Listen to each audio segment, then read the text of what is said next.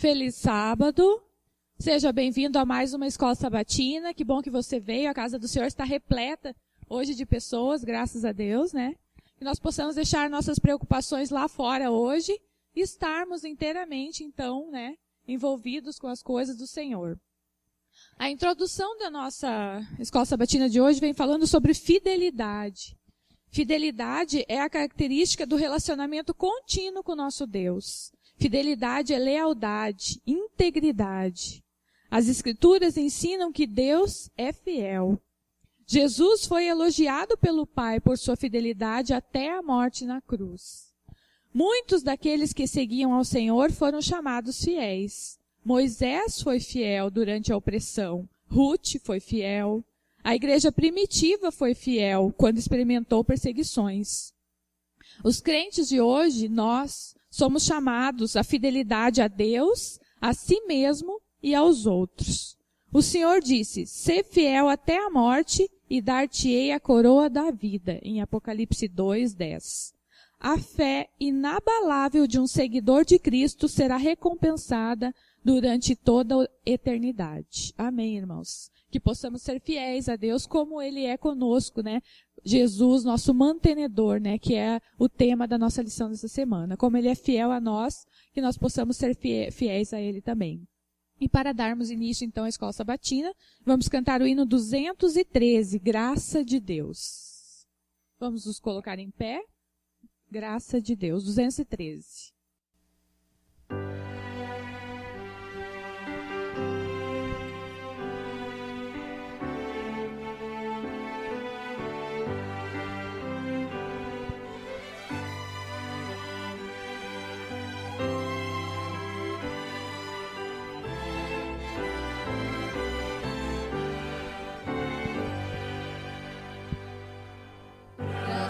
De Deus, infinito amor, graça do céu, dom divinal, por sua morte em amarga dor, Cristo me trouxe este amor real. Graça, graça, fonte de paz que Jesus me deu, graça, graça, graça maior que o pecado meu.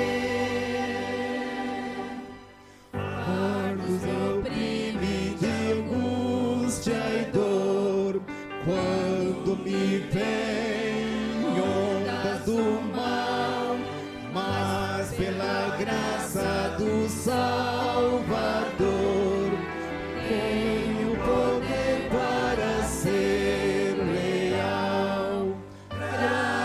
Graças, graça, fonte de paz que Jesus me deu. Graça, graça, graça maior que o pecado meu. Quão insondável o amor de Deus traz salvação ao pecador. Por esta graça que vem dos céus, sei que estarei com o meu Senhor. Graça, graça, fonte de paz que Jesus me deu. Graça, graça, graça maior que o pecado meu. Amém. Vamos nos colocar de joelhos para falar com Deus? Querido Pai, Deus que habita nos altos dos céus, obrigada, Senhor, por estarmos mais uma vez na Tua casa de oração. Senhor, perdoa os nossos pecados, as nossas falhas que temos cometido essa semana, nossos atos, pensamentos, que tudo, Senhor, que possa desonrar a Ti, o Senhor possa nos perdoar, Senhor. Que possamos ser fiéis a Ti, assim como Tu és a nós, um Deus maravilhoso que nos mantém a cada dia, Senhor. Nos dê uma boa programação ao Teu lado, que tudo seja feito para Tua honra e glória, em nome de Jesus. Amém. Bom dia, irmãos. Um feliz sábado a todos.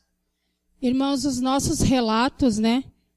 Então, está sendo sobre a divisão do sul do Pacífico. E hoje eu vou falar sobre um relato da Papua Nova Guiné. Ele está aqui, ó, na nossa lição.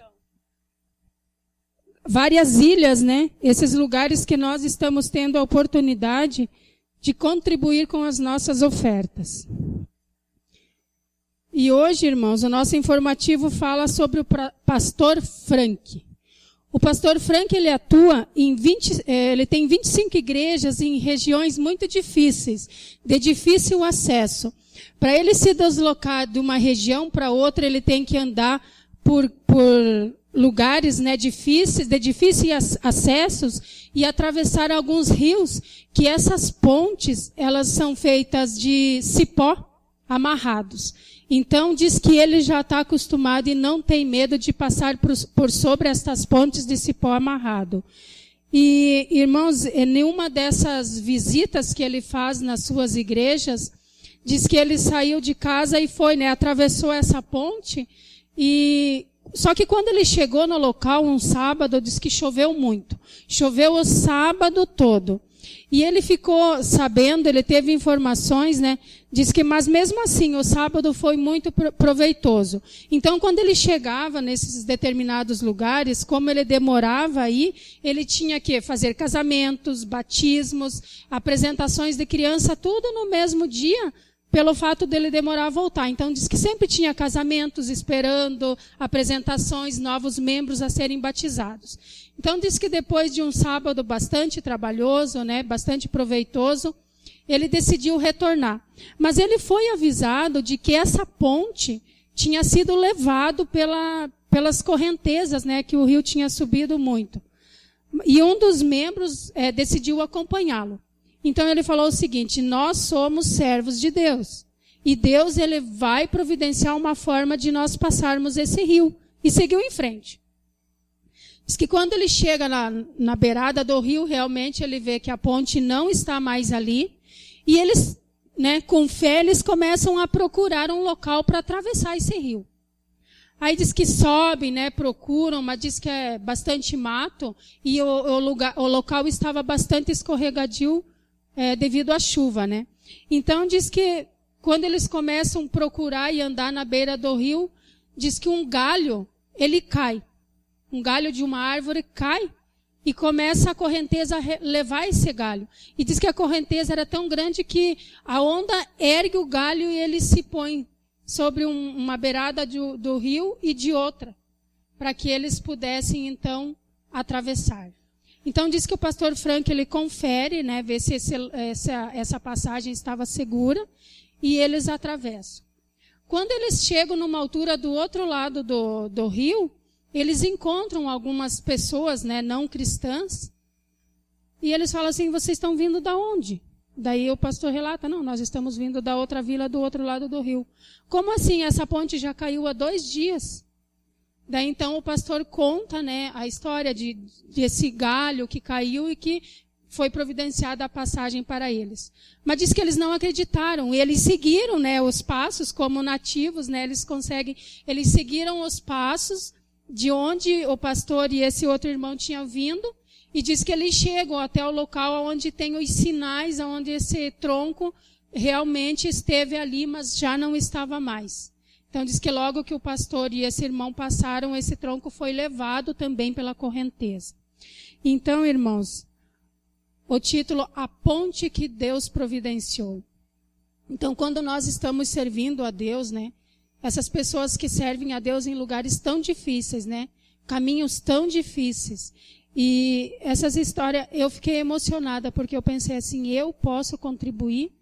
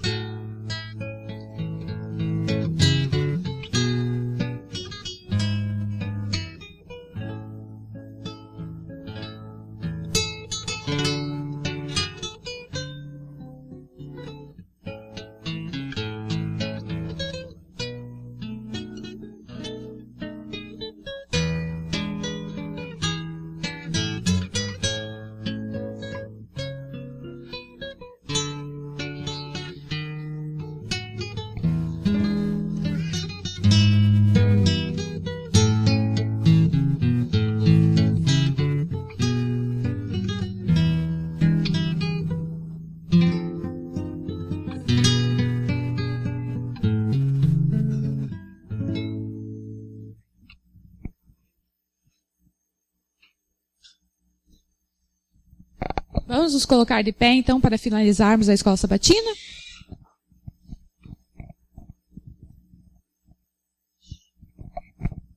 Querido Pai, Deus que habita nos altos céus, obrigada, Senhor, por tudo o que ouvimos aqui, Senhor. Maravilhas de Ti, Senhor, que Tu és um Deus maravilhoso, que nos mantém a cada dia e nos dá força para continuarmos a caminhada ao Teu lado, Senhor.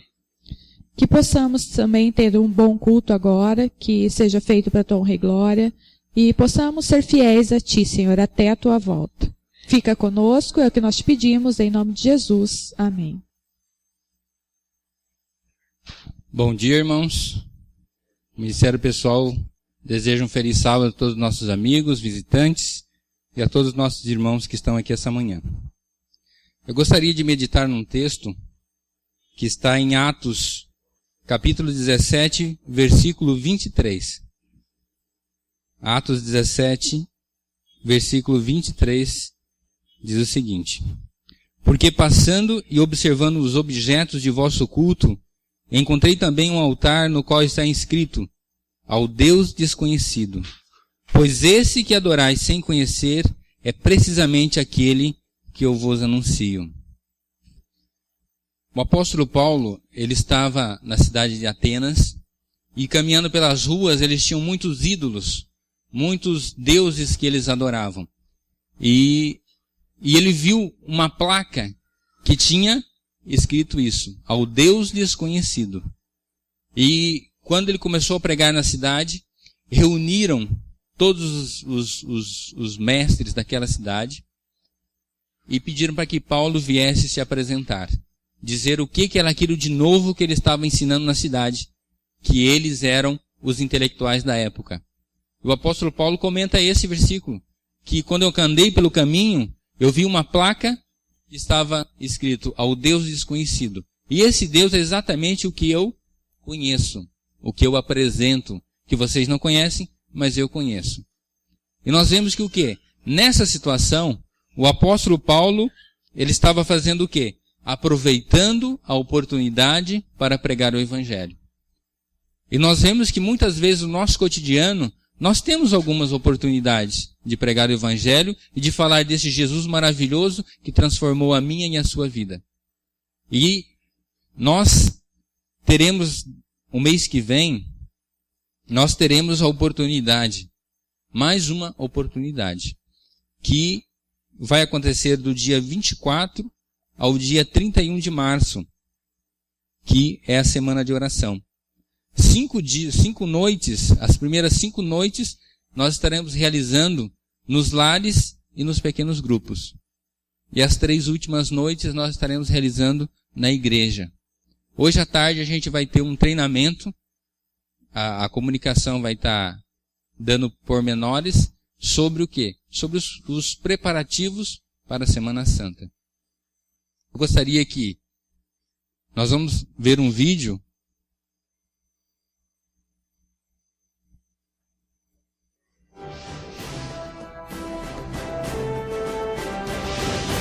Não deixe que esse momento passe sem que aconteça uma mudança em sua vida.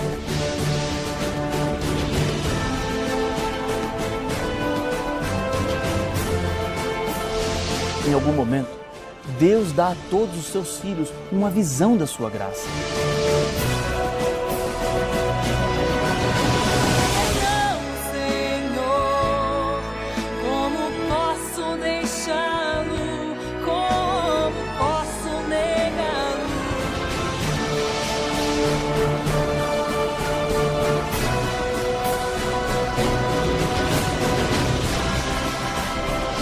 O que é que você vai fazer? Qual é a sua decisão? Ouça a voz de Deus, dizendo: filho, venha. Marcas da esperança. Que eu e você possamos estar convidando nossos amigos, nossos familiares, aquelas pessoas que eu e você, de certa forma, nós amamos, nossos amigos de trabalho, que nós possamos estar convidando para que venha e conheça esse Deus maravilhoso que eu e você conhece. Que Deus nos abençoe e que Deus nos capacite para que nós possamos estar fazendo o seu trabalho. Amém.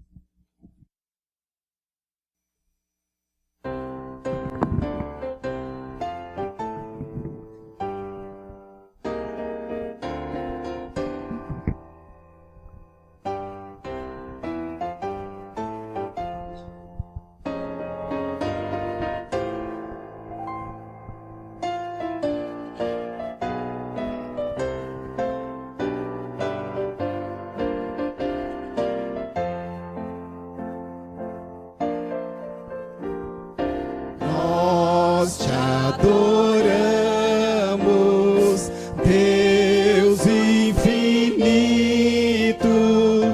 e a teu Filho, o nosso Redentor, teu Santo Espírito, nós exaltamos, é nosso guia, é real Consolador, nós te adoramos com nossa vida, vem e concede a nós tua graça e paz também. Nossa esperança é ver-te em breve e te adorar, Senhor, para sempre. Amém.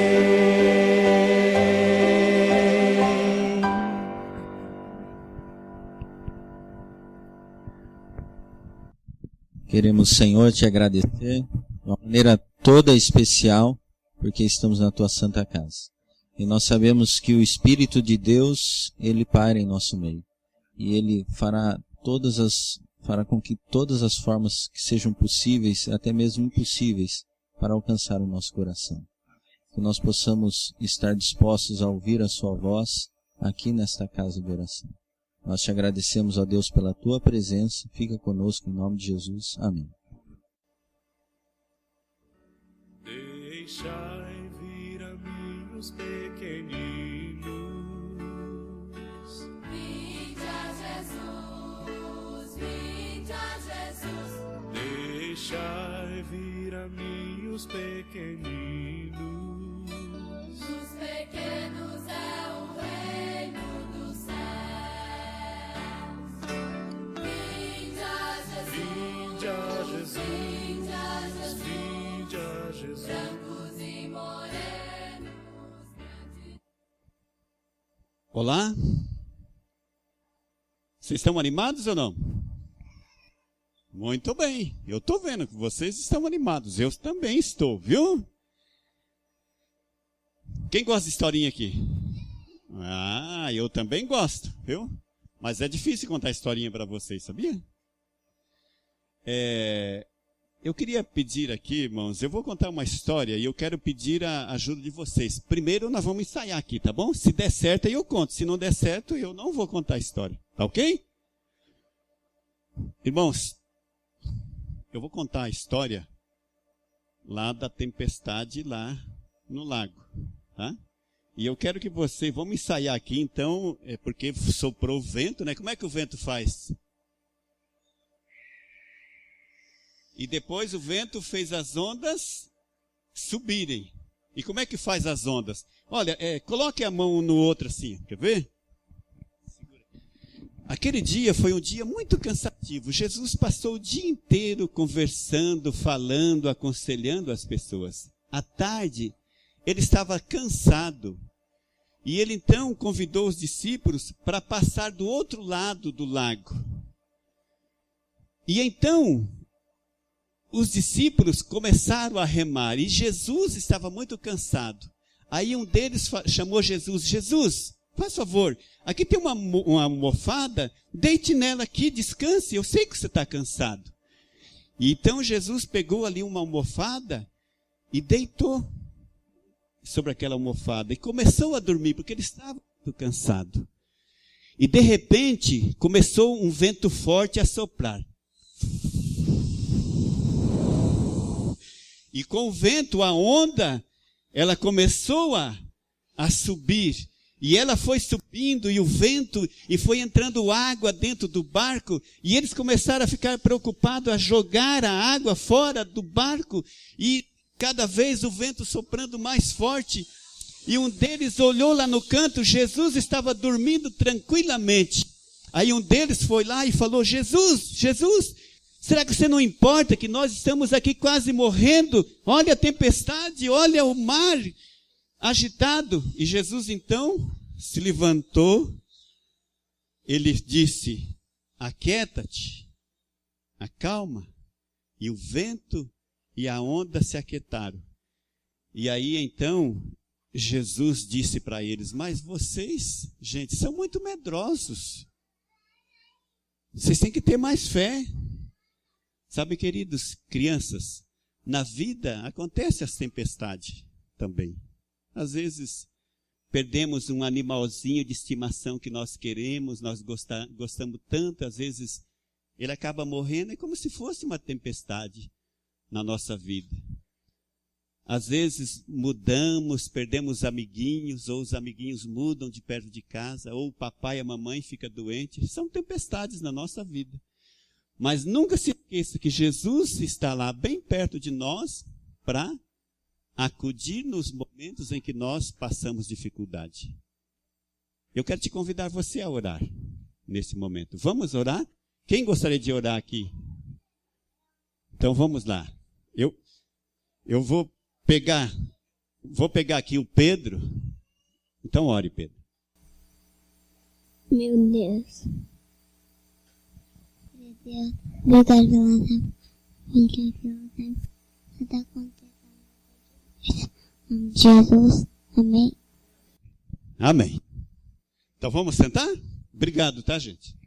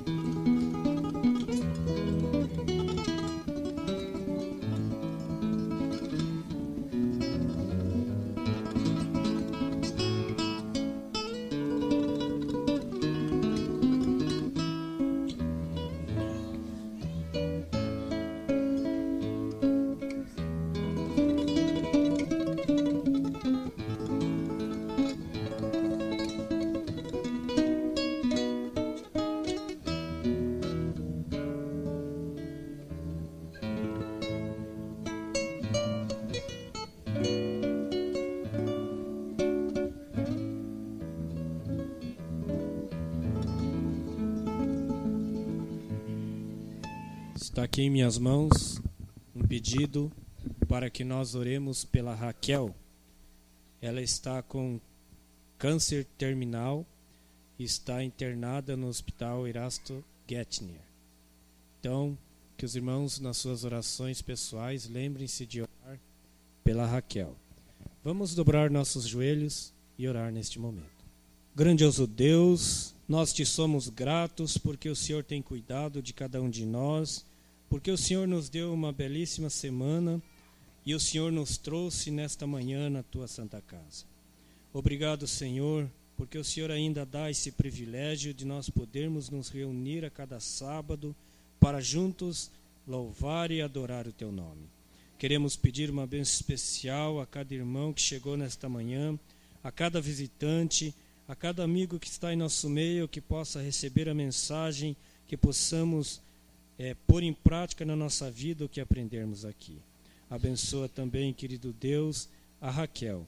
O Senhor conhece o estado dela, o Senhor sabe onde ela está, o que ela está sentindo, a dificuldade que ela está passando. O Senhor está ao lado dela e nós queremos pedir que o Senhor faça o melhor para a vida dela. O Senhor sabe o que é melhor para ela e colocamos tudo nas tuas mãos, Senhor, que o Senhor possa fazer segundo a sua vontade. Abençoa, querido Deus, aos enfermos da tua igreja, tanto os físicos como espirituais. que possamos ser revestidos do poder que vem de Ti. Também, Senhor, queremos colocar o irmão Augusto nas Tuas mãos, que o Senhor possa usá-lo nesta manhã para transmitir a Tua mensagem e que essa mensagem possa encontrar lugar em cada coração e que possamos pôr em prática nas nossas vidas. Não somos merecedores, Senhor, mas te pedimos em nome e pelo amor de Jesus Cristo. Amém.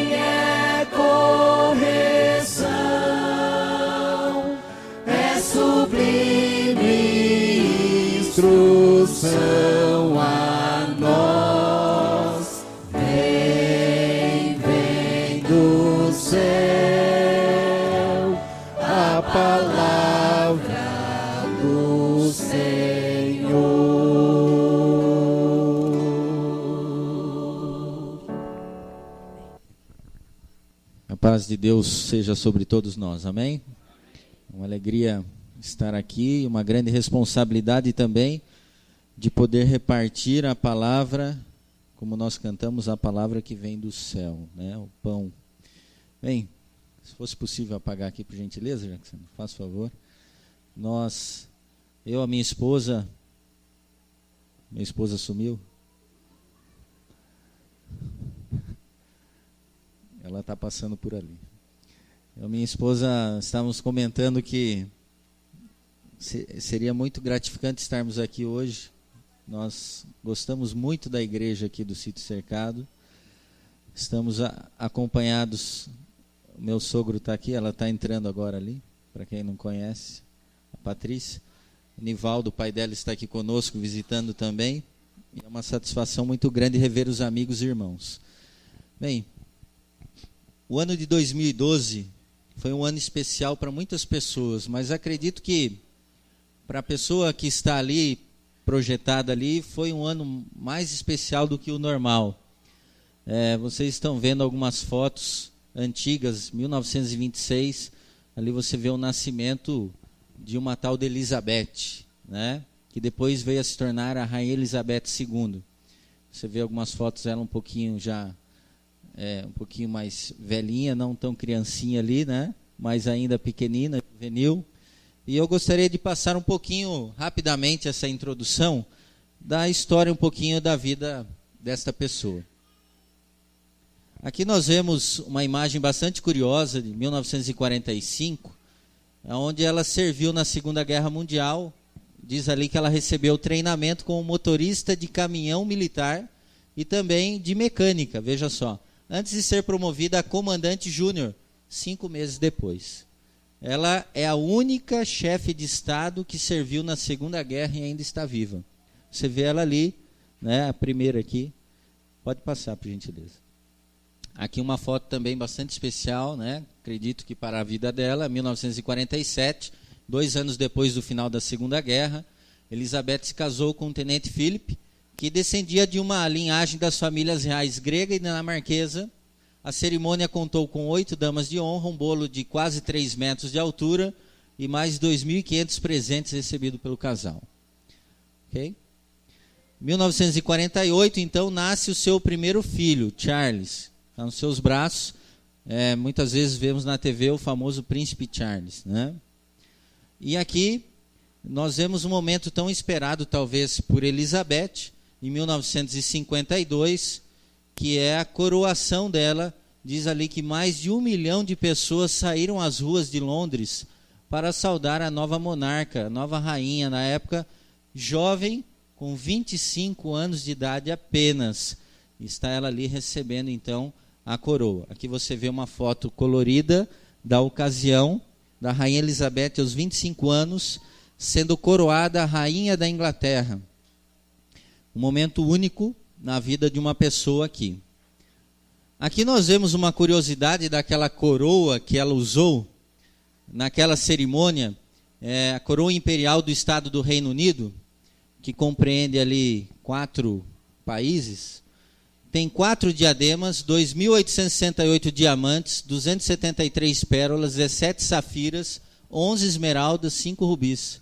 Em sua parte superior se coloca uma cruz e em seu interior uma capa de veludo, azul, como vocês podem ver, somente utilizada quando o monarca ascende ao trono. Ou seja, essa coroa é usada uma vez só pelo rei ou pela rainha, na sua coroação.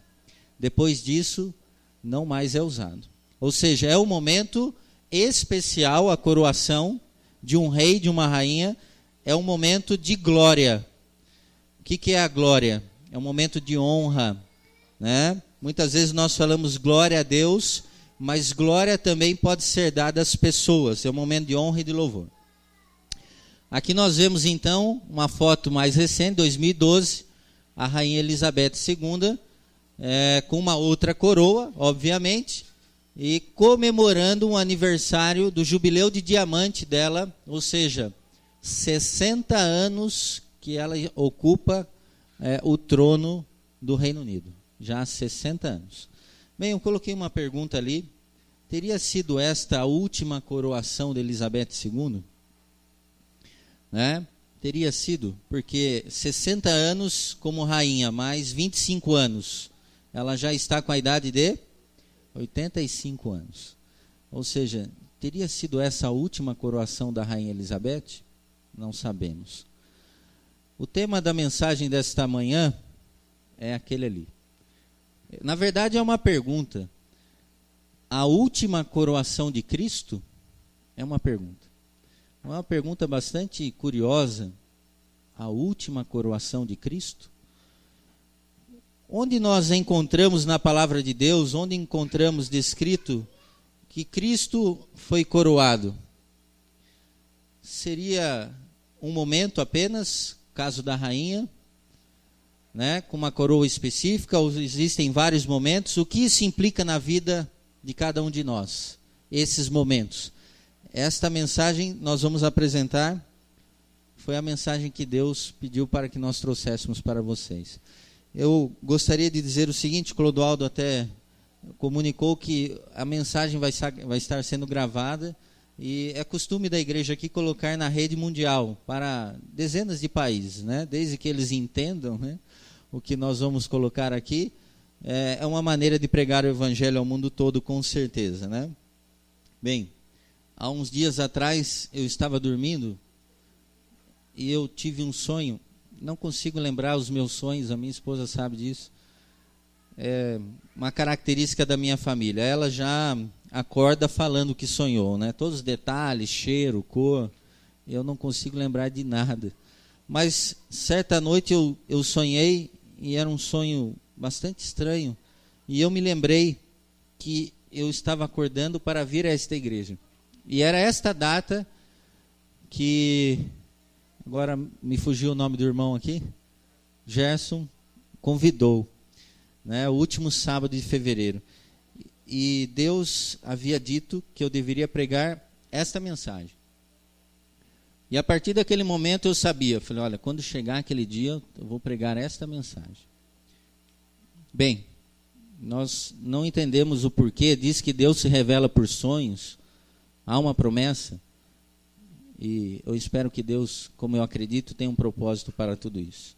Bem, vamos abrir a palavra de Deus no Salmo, capítulo 10, e o verso 16. Salmos capítulo 10, o verso 16. Para começarmos, um verso bastante simples, mas que nós não podemos começar sem ele. diz o seguinte: o Senhor é o Rei o quê? Eterno. Ele é o Rei eterno. De sua terra somem-se as nações. Ou seja, esse texto coloca por si só que Deus, Ele é Rei. E o seu reino permanece para sempre. É inconcebível imaginarmos um rei sem uma o quê? Sem uma coroa. Alguns falaram sem um reino, né? Um rei sem uma coroa, né? Aproveitando o tema. Ou seja, um rei precisa ter uma coroa. Nós ainda encontramos em Apocalipse 17:14, um outro texto que fala sobre o Cordeiro. Apocalipse 17:14, vem mencionando o Cordeiro, o Filho de Deus, Jesus, como sendo o Rei dos reis e Senhor dos senhores. Ou seja, enfatizando exatamente isso que nós colocamos aqui. Mas o mais belo de tudo isso está no fato de que o próprio Cristo, sendo rei, tendo uma coroa, um manto sagrado em um reino onde existem milhares e milhões de súditos que o servem de dia, de noite, todos os momentos, ele, em determinado momento, ele escolheu tirar a coroa, tirar o manto e partir por uma jornada do qual ele não sabia exatamente qual poderia ser o fim, porque tudo poderia acontecer. Na verdade, aí está a beleza maior do Evangelho, onde nós encontramos, descrita no Evangelho de João, no capítulo 1, onde nós vimos lá que o verbo era o quê? Era Deus, no princípio estava com Deus, não é isso? E este verbo veio a este mundo, se fez carne, habitou entre nós. Nós encontramos em João 1, mas que o mundo, o que aconteceu com o mundo? Não o conheceu. Viera para aqueles que eram seus e os seus não o receberam. Mas nós sabemos que muitos o receberam e tinham a convicção de que ele era o rei, o Filho de Deus. Mas infelizmente muitos não receberam. E o Evangelho de João coloca exatamente esse momento sublime deste rei único, onipresente, onipotente, onisciente, que tira a coroa, tira o manto e vem viver a nossa vida. É a beleza do Evangelho. Não há amor igual a esse.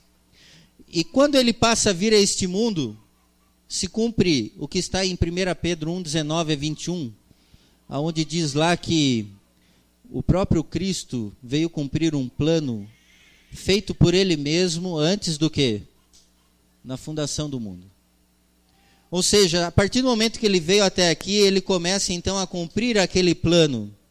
Ele despede-se da sua glória de Deus, de Rei Todo-Poderoso, e toma a nossa veste. Mas no Evangelho de João, e agora eu vou pedir para que você abra a Bíblia, no capítulo 17, há um texto bastante interessante. João capítulo 17. Alguns textos eu vou mencionar, outros nós vamos ler, ok? Para não delongarmos demais a introdução. João capítulo 17, verso 3 a 5, Jesus faz uma das mais belas orações da Bíblia. É uma oração que ele conversa diretamente, logicamente, com o seu Pai. E do verso 3 a 5 ele diz assim, João 17, acompanhe. Ele diz assim: e a vida eterna é esta, que te conheçam a ti, o único Deus verdadeiro, e a Jesus Cristo a quem enviaste. E ele diz: eu te glorifiquei na terra, consumando a obra que me confiaste para fazer. E agora glorifica-me, ó Pai, contigo mesmo, com a glória que eu tive junto de ti antes que houvesse o mundo. Ou seja, Jesus, no final da sua jornada nesta terra, onde o plano da redenção está pronto para ser consumado, aqui há momentos antes, nesta oração, ele diz claramente aqui no verso 5, ele diz assim: Pai, eu quero que o Senhor me glorifique com a mesma glória que eu tinha quando eu estava o quê? Junto de ti. O que seria isso? Jesus, ele está almejando, olhando o futuro, quando ele concretizar o plano da salvação, e ele almejava logicamente a vitória, ele novamente teria de volta o quê? O seu reinado como um todo, plenamente estabelecido, como era antes dele vir a este mundo. Bem, dentro desse contexto, nós sabemos o que aconteceu com o Senhor Jesus. Ele foi traído, levado à cruz, morreu em nosso lugar, e depois de 3 dias ele ressuscitou. Ficou 40 dias nessa terra, e em Atos capítulo 1, verso 19 a 21, num momento também bastante significativo, ele então se despede dos discípulos, e diz a palavra de Deus, em Atos capítulo 1, verso 19 a 21, que ele então sobe em direção aos céus, e uma nuvem o arrebata, e o leva novamente para os céus. E os discípulos olham aquela cena estarrecidos. E há uma promessa ali, né? Os anjos aparecem aos discípulos e dizem: esse mesmo Deus que vocês veem subindo aos céus virá da mesma forma. Naquele momento, então, Jesus volta para o Pai. Ele deseja novamente obter o quê? A sua glória, digna de honra, do sacrifício feito, do plano da redenção. E agora, a partir de agora, nós vamos ver mais detalhadamente o que provavelmente aconteceu quando Jesus chegou no céu. Apocalipse capítulo 5. Abra sua Bíblia. Apocalipse capítulo 5. O capítulo 4 e o 5 do Apocalipse, capítulo 4 nós não vamos ler, mas você tem um subtítulo, diz ali, a visão do trono de Deus. A visão do trono de Deus. Nós não vamos ler o capítulo 4, mas é uma visão extraordinária que João tem do trono, as suas características. Alguém está sentado ali no trono e não é a pessoa de Jesus. Não é. Mas o capítulo 5, a partir do verso 1, nos diz claramente quem é que está sentado no trono e o que acontece na sequência. Acompanhe comigo.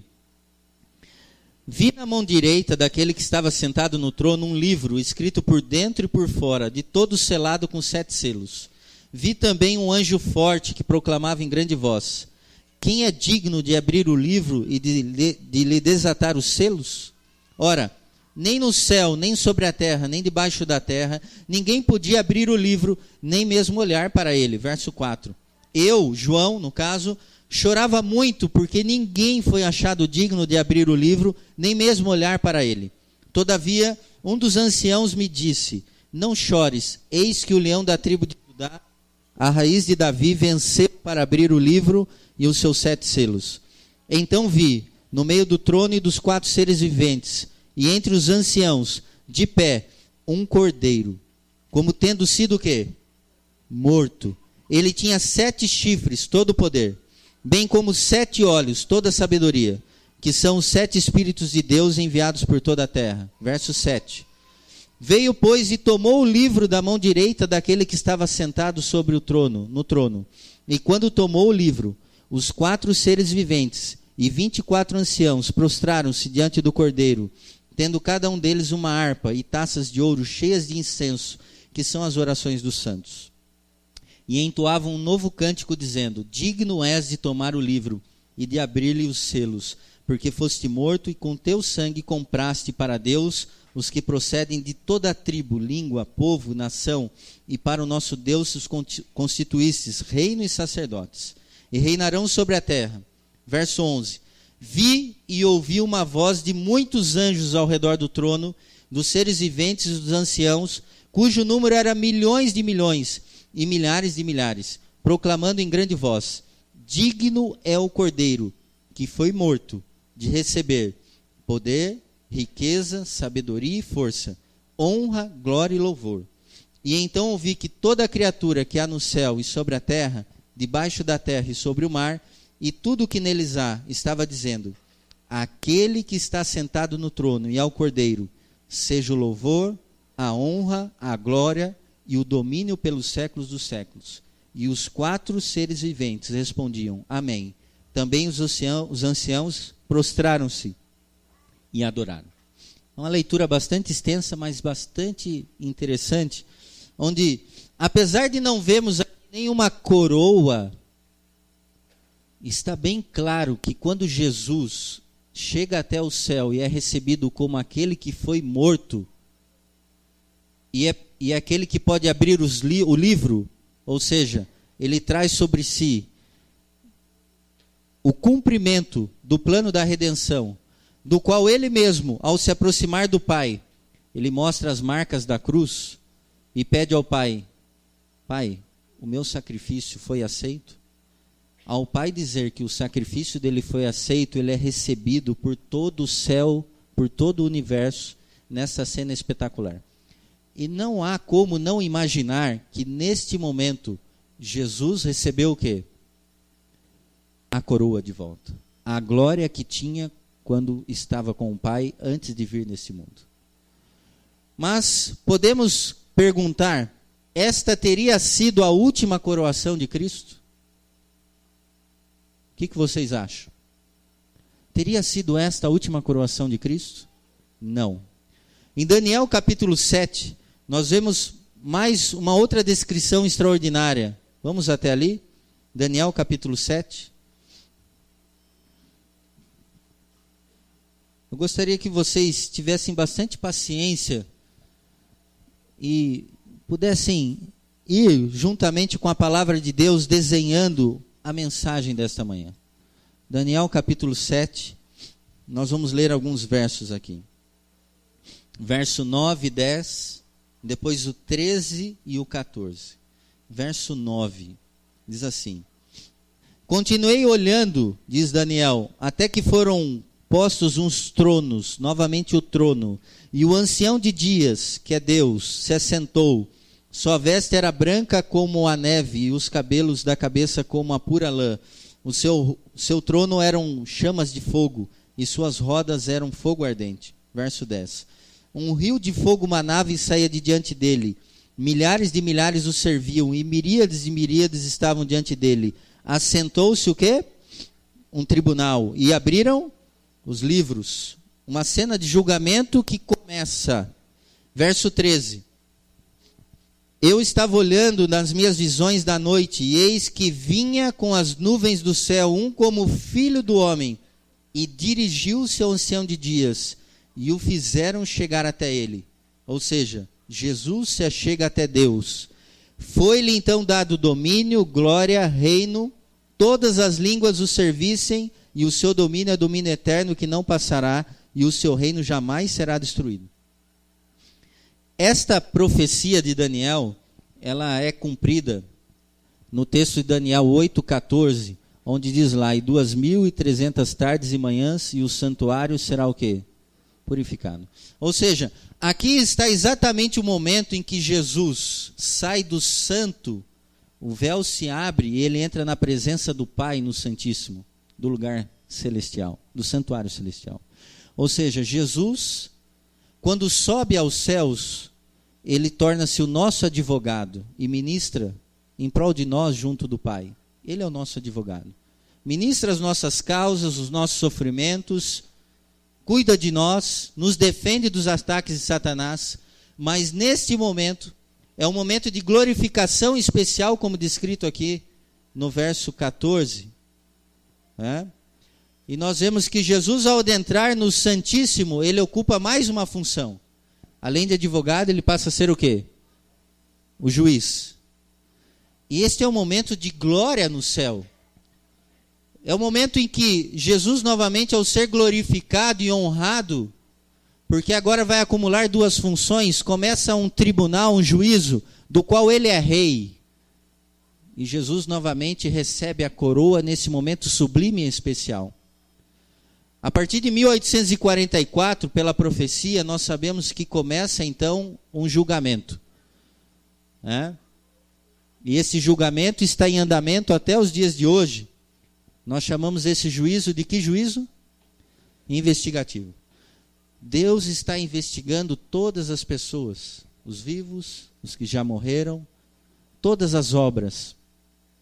Quer sejam elas boas, quer sejam elas o quê? Más. Independe. Quer sejam visíveis, quer sejam o quê? Invisíveis. Como está descrito em Eclesiastes 12, 13 e 14. Bem, o fato é que esta foi uma ocasião sublime que ocorreu lá no céu, não à vista de nós, seres humanos, mas que é descrita aqui na palavra de Deus. A pergunta novamente, teria sido esta a última coroação de Cristo? Teria sido? Não. Não teria. Porque nós conhecemos uma promessa ainda maior, do qual nós encontramos no livro do Apocalipse, e em outros livros. Vamos até ali, Apocalipse capítulo 14. Vamos até lá? Apocalipse capítulo 14.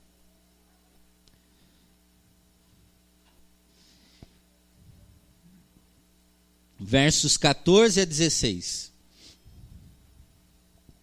Apocalipse 14, verso 14 a 16. Diz assim, palavras de João. Olhei, e eis uma nuvem branca, e sentado sobre a nuvem, um semelhante ao Filho do Homem, tendo na cabeça o quê? Uma coroa de ouro, e na sua mão uma foice afiada. Outro anjo saiu do santuário, veja que ele estava no santuário, gritando em grande voz para aquele que se achava sentado sobre a nuvem, toma a tua foice e ceifa, pois chegou a hora de ceifar, visto que a seara da terra já amadureceu. E aquele que estava sentado sobre a nuvem passou a sua foice sobre a terra, e a terra foi ceifada. Este é o evento que nós aguardamos. Alguns dizem tardio, outros dizem estar mais próximos do que imaginamos. É a volta de Jesus. E aqui diz claramente que quando Jesus aparecer nas nuvens do céu, ele virá com poder e grande glória, ou seja, com uma o quê? Coroa. Novamente Jesus vai colocar a sua coroa de Rei dos Reis, Senhor dos Senhores, virá a este mundo. E como diz 1 Tessalonicenses 4, 16, 17, que os mortos em Cristo, o que vai acontecer com eles? Ressuscitarão. E os vivos serão o quê? Transformados e arrebatados juntamente com eles aonde? Nas nuvens, e estaremos para sempre com o Senhor. Naquele momento, então, Jesus vai levar os salvos para o céu. E os ímpios, infelizmente, serão destruídos pela sua glória. Eu sei que muito do que eu estou dizendo aqui é conhecido de muitos que estão aqui. Mas é necessário dizer todas essas coisas para que nós possamos compreender até onde nós queremos chegar hoje. Quando Jesus, então, chega até o céu com os santos, os remidos, começa um período também que nós conhecemos muito, que está no Apocalipse 20. Eu gostaria de convidar você a ir até ali. Apocalipse capítulo 20, versos 5 e 6. Apocalipse capítulo 20, versos 5 e 6. Diz aqui que os restantes dos mortos não reviveram até que se completassem os 1000 anos. Esta é a primeira ressurreição. Bem-aventurado é aquele que tem parte aonde? Na primeira ressurreição. Sobre esses a segunda morte não tem autoridade. Pelo contrário, serão sacerdotes de Deus e de Cristo e reinarão com ele 1000 anos. Ou seja, os que participaram da primeira ressurreição quando Cristo voltou nas nuvens, eles vão participar com Deus durante um período de 1000 anos. Aí você fala, o que vai acontecer nesses 1000 anos? Começa uma nova fase do juízo. Como chama essa fase do juízo? Juízo o quê? Comprobatório. Ou seja, o destino do mundo está selado, mas agora, durante esse período de 1000 anos, será analisado os casos das pessoas que se salvaram, por que se salvaram, daqueles que se perderam, por que se perderam. E haverá este momento de 1000 anos no céu. Nós podemos perguntar, quando Jesus voltou pela segunda vez, com a sua coroa, com poder e grande glória, teria sido a última coroação de Cristo? Há alguma evidência de que Jesus novamente será coroado? Você fala, mas já está tudo decidido? O que tem mais para ser feito? Bem, o fato é que no Apocalipse, ainda nós encontramos aqui, e agora nós vamos para a parte final, nós encontramos aqui uma descrição do que vai ocorrer após os 1000 anos. E eu gostaria agora de atentar para vocês a alguns detalhes que a palavra de Deus nos traz. Sobre 2 grandes grupos depois desses 1000 anos. Vamos analisar então aqui os versos. Você está em Apocalipse 20, suponho eu. Vamos ler os versos 7 a 9 e 11 a 13, ok? 7 a 9 e depois 11 a 13. Acompanhem comigo. Quando, porém, se completarem os 1000 anos, Satanás será solto da sua prisão, que é aqui a terra, ele ficou sozinho, e sairá a seduzir as nações que há nos 4 cantos da terra, Gog e Magog, a fim de reuni-las para a batalha. O número dessas pessoas, diz aqui, é como a areia do quê? Do mar. É um povo inumerável, muitas pessoas que se perderam. Verso 9, marcharam então pela superfície da terra e situaram o acampamento dos santos e a cidade querida. Eu vou ler até aqui. Eu não vou completar o verso, ok? Diz que esse grupo sitiou a cidade querida. Nós encontramos em Apocalipse 21:10 que essa cidade querida é a cidade santa, Nova Jerusalém, que desce do céu ataviada com o seu noivo, com os santos. Vamos ler agora a continuidade aqui. Eu disse que nós leríamos do verso 7 ao 9 e depois nós leríamos do 11 ao 13. Vamos lá, verso 11. Vi um grande trono branco e aquele que nele se assenta, de cuja presença fugiram a terra e o céu, e não se achou lugar para eles. Vi também os mortos, os grandes e pequenos, e eles foram postos o quê? Em pé. Sabe o que significa isso? É a ressurreição daqueles que estavam mortos. Eles foram postos em pé diante do trono. E olha o que aconteceu. Então se abriram livros, ainda outro livro, o livro da vida foi aberto. E os mortos foram julgados segundo as suas obras, conforme o que se achava escrito nos livros. Deu o mar os mortos que nele estavam. A morte e o além entregaram os mortos que neles havia. E foram julgados um por um, segundo as suas obras. Aqui há uma imagem simplesmente extraordinária de 2 grandes grupos. Nós vemos um grupo dentro da cidade, o quê? Querida, a cidade santa, como é descrito aqui. E nós vemos um grupo inumerável, como a areia do mar. Ele está ali na superfície da terra. A descrição diz que ele tende a cercar a cidade. A palavra de Deus diz que este trono branco, cujo Jesus está assentado, pela sua palavra, ele faz com que os mortos sejam colocados em pé. Ou seja, todos os mortos que se perderam foram ressuscitados na ocasião desta vinda de Jesus com a cidade santa e os santos. E agora nós temos esses 2 grandes grupos. E eu vou me ater a este ponto. Nós vamos para a parte final da mensagem. Vamos pegar um primeiro grupo, que é o grupo dos salvos. Vamos ver uma pequena característica desse grupo. Apocalipse 7. Vamos até ali. Apocalipse 7, verso 9 e 10.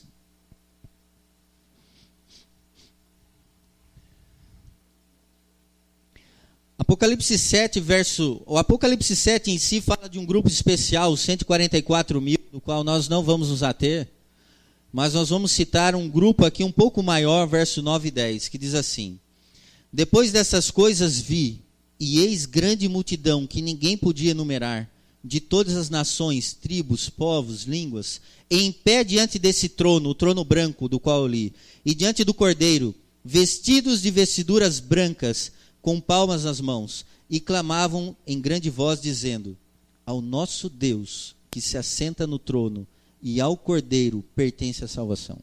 Vamos ver alguns detalhes. Primeiro, as vestes brancas significa a justiça de Cristo, ou seja, o perdão através do sacrifício de Jesus. As palmas aqui é um símbolo do quê? Da vitória. A vitória. E nós vemos que eles têm um cântico, e nesse cântico, chama a atenção no final do verso 10, eles dizem assim: Ao nosso Deus, que se assenta no trono, e ao Cordeiro pertence o quê? A salvação. Você pode achar isso bastante lógico, mas é interessante nós analisarmos isso aqui.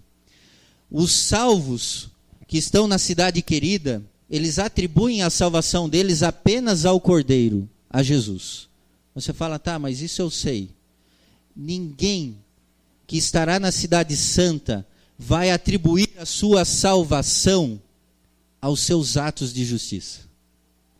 Ninguém naquele momento, ao cantar o cântico, vai dizer assim: eu estou aqui porque eu fiz isso, isso, isso, isso. Ninguém.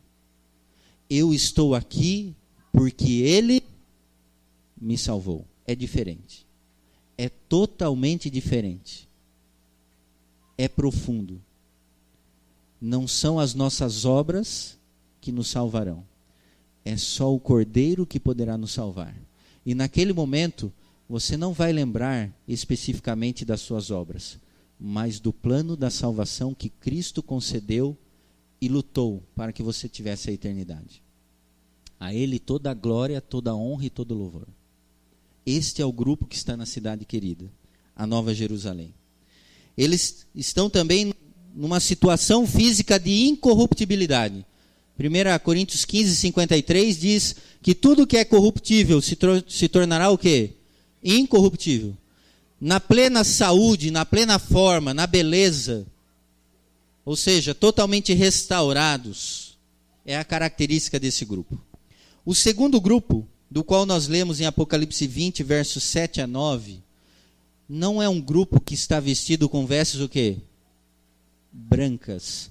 Eles encontram-se com as mesmas roupas das quais eles perderam a sua vida. Roupas limpas ou sujas? Sujas. Símbolo do quê? Do pecado. Nas mãos deles não se encontram as palmas. Ou seja, eles não venceram. Eles o quê? Eles perderam a luta. Foram derrotados. E nós podemos imaginar que na fisionomia física deles não existe cheiro de vida, de saúde, mas um cheiro do quê? De morte, de doença. Porque quando o próprio Cristo, do seu trono branco, diz, e foram postos em pé, eles foram ressuscitados da mesma forma quando foram para a sepultura. No mesmo estado, da mesma forma. E a descrição do Apocalipse 20, do qual nós lemos, diz que quando Jesus olha para eles, o que acontece com os livros? O que acontece com os livros? São abertos. O da vida, os livros, e um por um dos mortos seriam o quê? Julgados. Um por um. O que significa isso? Bem, naquele momento, é um momento ímpar. Os ímpios que estão naquele grupo na superfície da terra, querendo cercar a cidade, ao olhar para os livros que são abertos, eles podem ver naquele momento a vida de cada um deles, desde o início até o fim. E é interessante nós notarmos o seguinte: cada um toma ciência do pecado cometido durante toda a sua vida. Cada um, como se fosse apenas um. Começam a ver exatamente o momento que eles se desviaram do caminho da verdade e da salvação. Naquele momento que os livros se abrem, eles leem todas as oportunidades que Deus concedeu a cada um deles.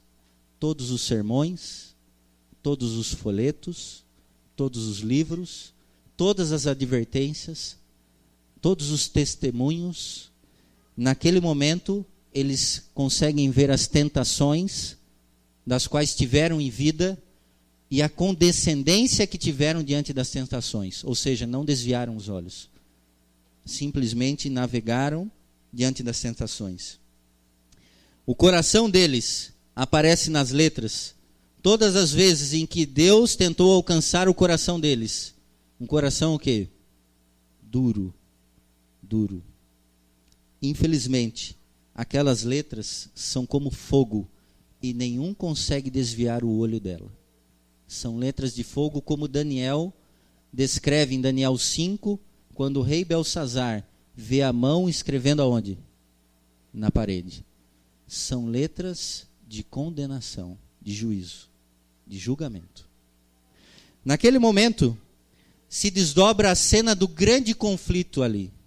Mais uma vez. E talvez a última vez. E eu gostaria de ler com você. Apocalipse 12, verso 10 a 12. Vamos até ali? Apocalipse 12, verso 10 a 12. Vamos chegar até ali. Apocalipse 12, versos 10 a 12, ok? Nós encontramos a seguinte descrição. Então ouvi grande voz do céu proclamando: agora veio a salvação, o poder, o reino do nosso Deus e a autoridade do seu Cristo, pois foi expulso o acusador de nossos irmãos, o mesmo que os acusa de dia e de noite diante do nosso Deus. Eles, pois, o venceram por causa do sangue do Cordeiro e por causa da palavra do testemunho que deram, e mesmo em face da morte, não amaram o quê? A própria vida. Verso 12. Por isso festejai, ó céus, e vós, os que nele habitais. Ai da terra e do mar, pois o diabo desceu até vós, cheio de grande cólera, sabendo que pouco tempo o quê? Lhe resta. Aqui no capítulo 12 é a descrição fantástica do grande conflito desde o início do céu. Eu não li tudo, a partir do verso 7. Eu li apenas essa parte. A minha intenção aqui é apenas mostrar como Satanás está irado. E aí é descrito claramente isso. A ira de Satanás.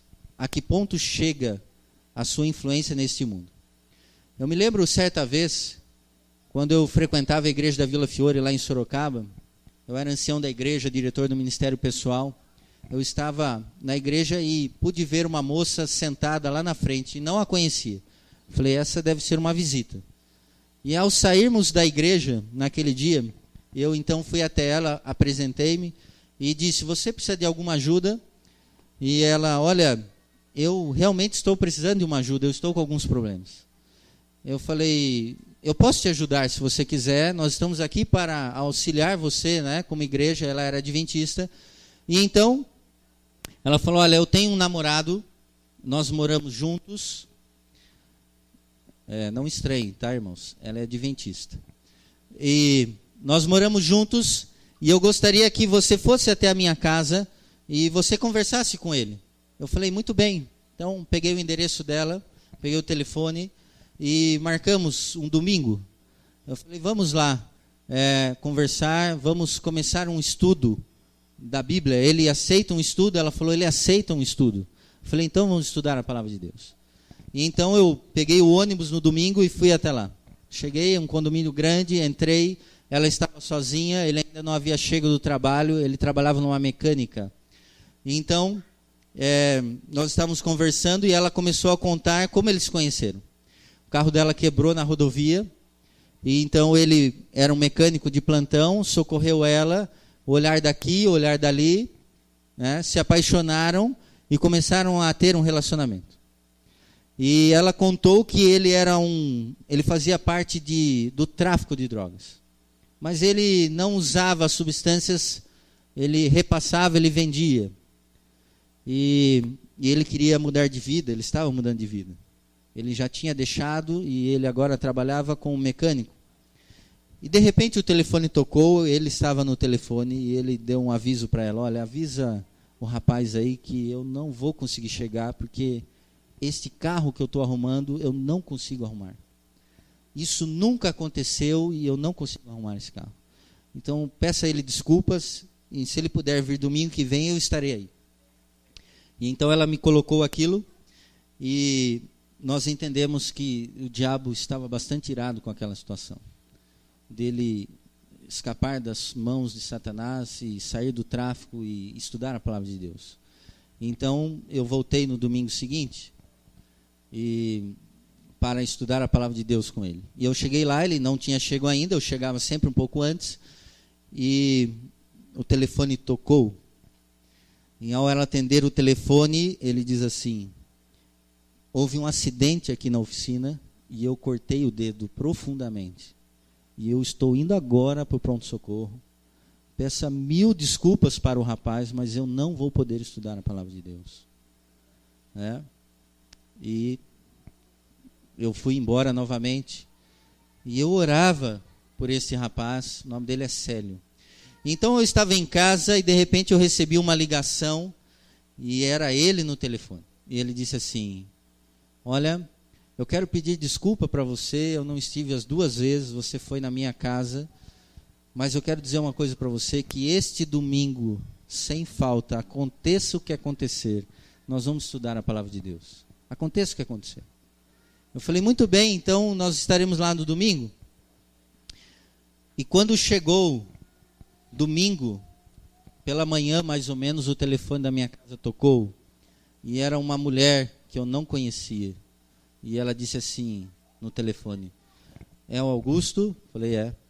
Olha, eu não tenho uma notícia boa para te dar. Você sabe a fulana, assim, assim? Sei. Pois bem, ela estava com o namorado dela, que é o Célio, e eles foram até um determinado local que ele pediu para que ela o levasse. Ele tinha que acertar algumas coisas.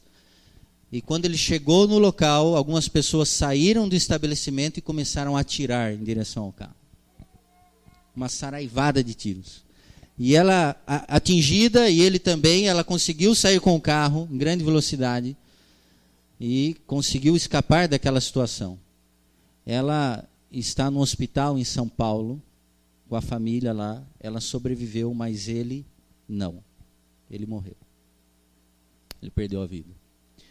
Naquele momento em que aquela notícia chegou até a minha pessoa, eu realmente fiquei assim. Se você ficou chocado, imagine a minha situação. Naquele momento eu pude sentir mais precisamente o que é isto aqui que está no verso 12 do Apocalipse 12. Ele está com grande cólera, sabendo que pouco tempo lhe resta. Quando falei com o Célio no telefone, eu vi que era um rapaz inteligente, sabia a decisão que ele tinha tomado e queria mudar de vida. Eu não sei em que grupo o Célio estará naquele dia. Na cidade querida ou na superfície da terra. E não posso afirmar de forma nenhuma, mas gostaria muito de encontrar com ele naquele momento, dentro da cidade santa. Sabe, naqueles dois grupos, acima no céu há um trono branco, como nós descrevemos para vocês. Naquele momento, acontece algo extraordinário. O céu, ele se abre, e como uma projeção, como vocês podem ver aqui, aquele que está sentado no trono aponta para aquele local, e todas as pessoas olham em direção daquilo. E ali vai passar algumas imagens. É ali que passa, por exemplo, onde tudo começou. Pode se encontrar ali a cena da tentação do Éden, a queda dos nossos primeiros pais. Ali naquele momento, todos começam a contemplar aonde tudo começou. E a história vai se passando. O nascimento de Cristo, a sua infância, o seu desenvolvimento, o seu crescimento. Ali, naquele telão, aparece o batismo de Jesus.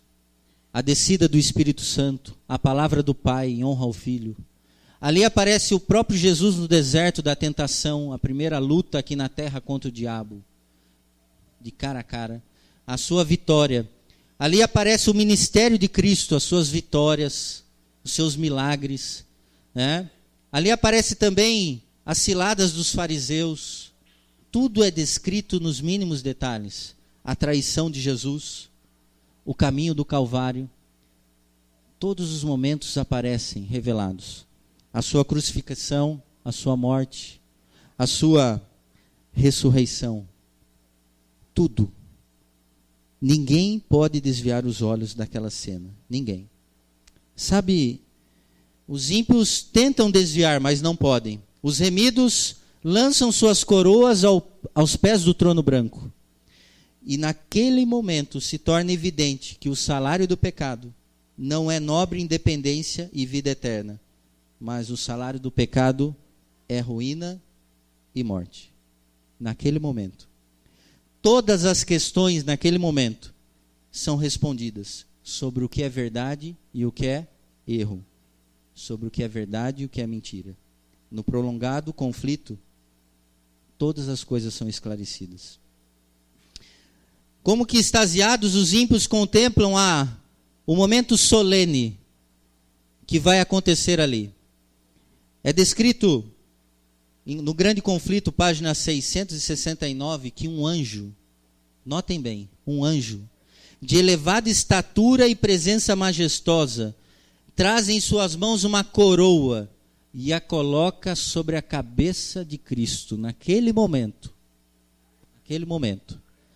E agora, você vai ler na Bíblia o que está escrito sobre o que vai acontecer naquele momento. Apocalipse capítulo 15. Abra sua Bíblia. Apocalipse 15, versos 2 a 4.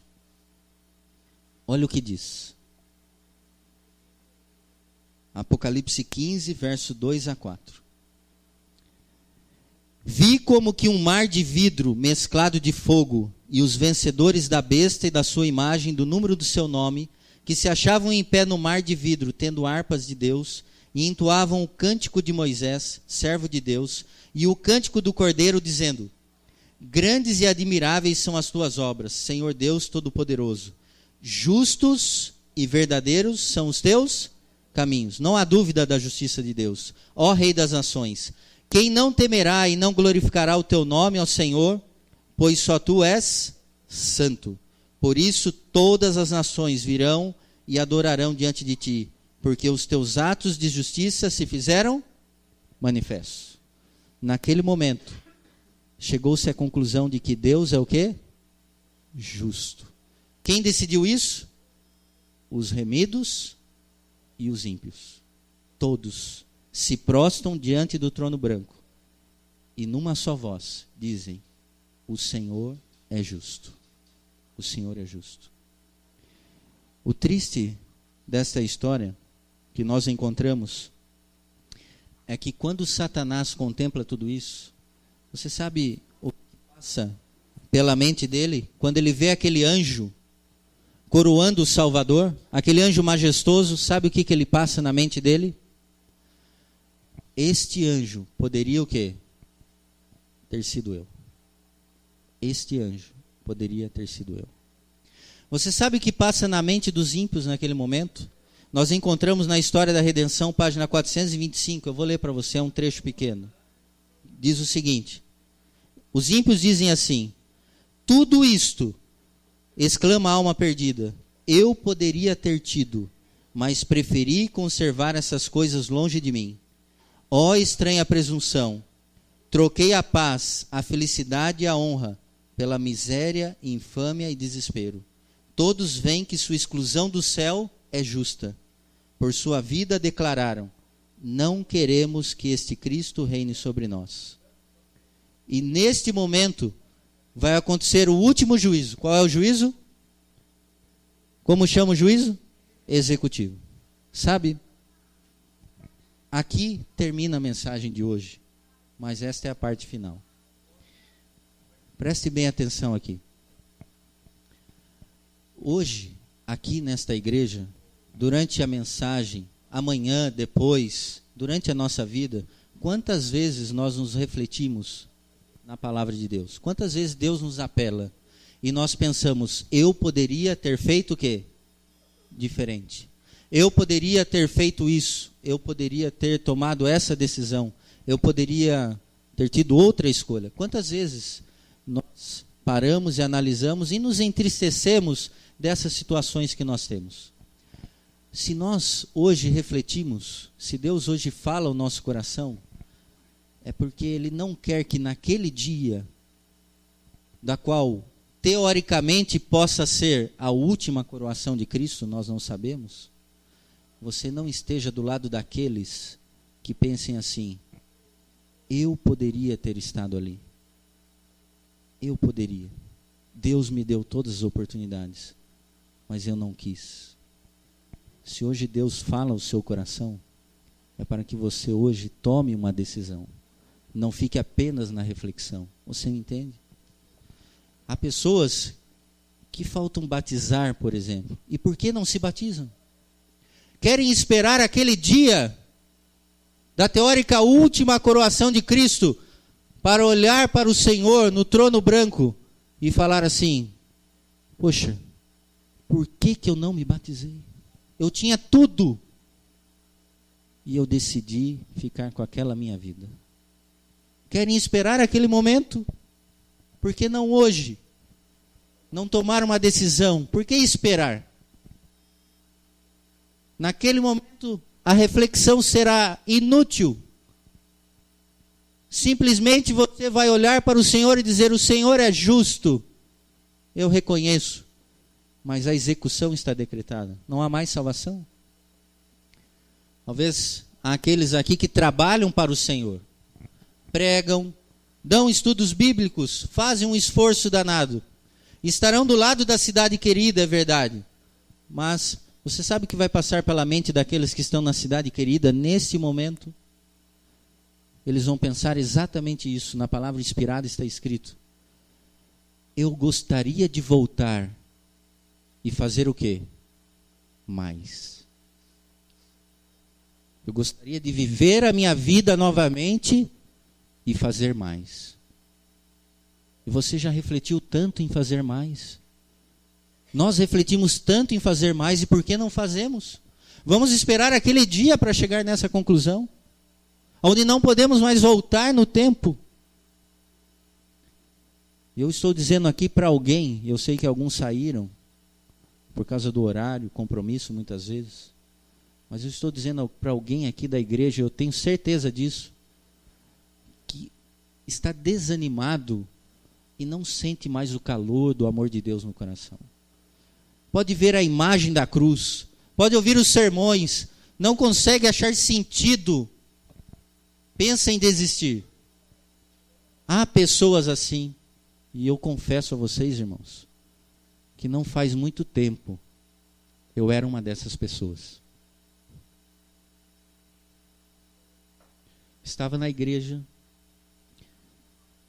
sabia de tudo, mas aquele calor não estava mais no meu coração. E eu falei com Deus: Senhor, eu não posso permanecer assim. O Senhor vai voltar como um ladrão, o tempo está agora, urge, e eu vou me perder. E eu não conseguia sentir a presença de Deus. E a partir do momento que eu entendi que eu não posso obstruir o caminho de Deus no meu coração, Ele atuou. Deus quer atuar no seu coração.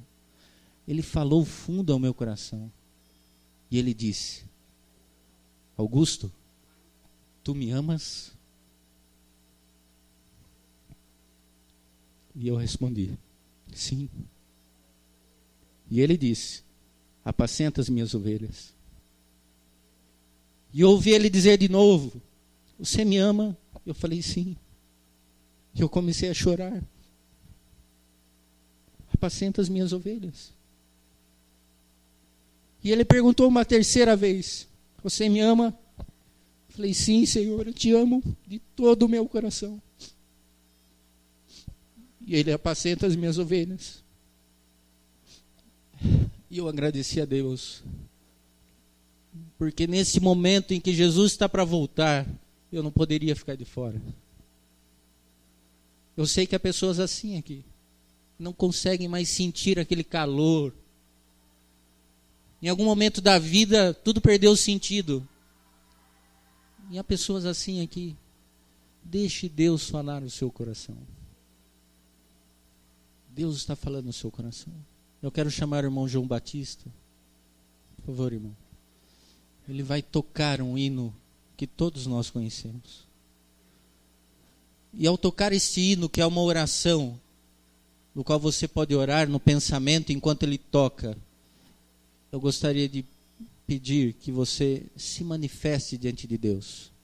O que você necessita? Qual é a sua carência? Deus está disposto a te conceder esta bênção.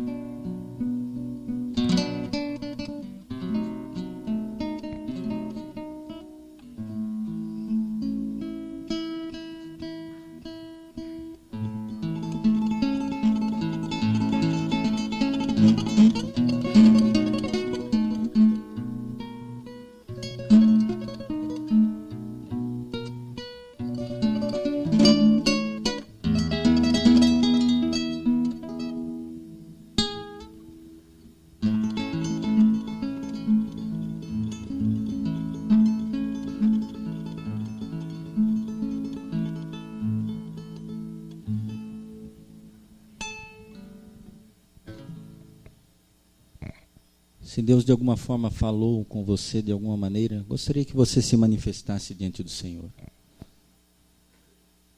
Se manifeste diante de Deus.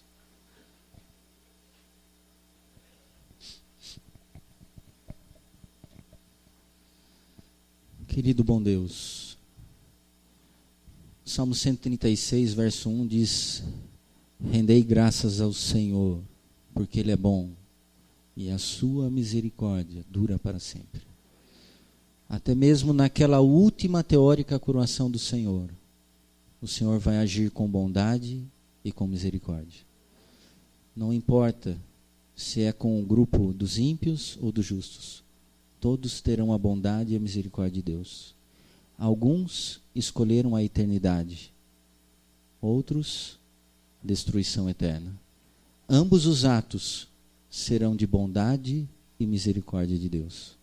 E não haverá mais dúvida, porque o Senhor é bom e a tua bondade dura para todo sempre. Querido Deus, permita que o Espírito de Deus tenha colocado em nossos corações as bondades